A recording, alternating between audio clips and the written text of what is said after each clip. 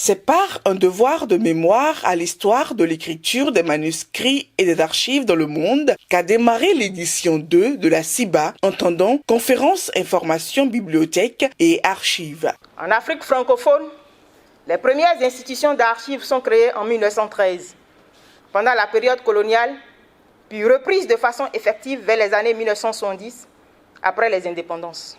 Et aujourd'hui, les archives numériques, dont la collecte, le traitement, la conservation et surtout la préservation sur le long terme, constituent un défi majeur pour tous les États, toutes les organisations.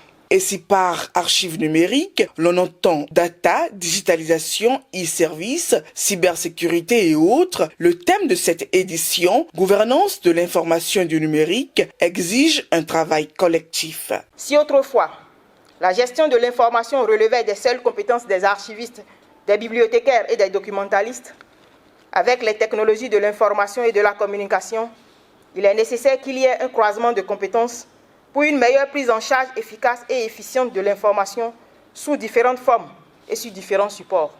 Politique et gestion de l'information, protection et données personnelles, le numérique et la gestion des sites, ce sont quelques-unes des sessions au programme de la conférence. Pierre Dandinou, parrain de l'événement, a mis l'accent sur les données. Pour lui, le thème choisi appelle plusieurs observations, dont celle de l'importance de sécuriser la donnée. Une donnée, je reviens là-dessus, une donnée doit être intègre, c'est-à-dire, je crois, l'intégrité de la donnée ne doit pas être mise en jeu. Parce que j'ai parlé de trust, de confiance depuis le début.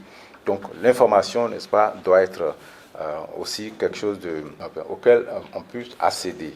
Il y a des enjeux même au niveau des métiers traditionnels que nous avons. Nous avons parlé des bibliothécaires, des archivistes et autres documentalistes.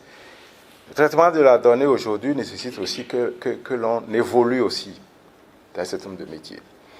Puisque nous sommes aussi en train de voir la naissance de nouveaux types de métiers. Des autorités en charge du numérique au Bénin étaient présentes à la CIBA. Le directeur de la CIN, l'Agence des systèmes d'information et du numérique, a profité de l'occasion pour parler des efforts du gouvernement béninois relatifs à la confiance numérique à travers les e-services et la sécurisation du cyberespace. Nous investissons également dans un certain nombre de plateformes qui deviennent de plus en plus familières pour les citoyens, pour les entreprises, notamment le portail des services publics qui permettent aujourd'hui à chaque citoyen de pouvoir par exemple demander en ligne son casier judiciaire, de pouvoir s'inscrire dans le cas de recrutement pour le compte soit de structures gouvernementales, qui permettent d'accéder pour avoir son visa en ligne, pour les personnes qui souhaitent visiter le Bénin, qui permettent de créer des entreprises. Donc cette dynamique est irréversible. Nous avons ce qu'on appelle un centre d'alerte de réponse, où 24 heures sur 24, vous avez des jeunes ingénieurs, tous béninois, qui scrutent un peu tout ce cyberespace, qui regardent un peu quelles sont les alertes, les risques d'attaque ou même les attaques.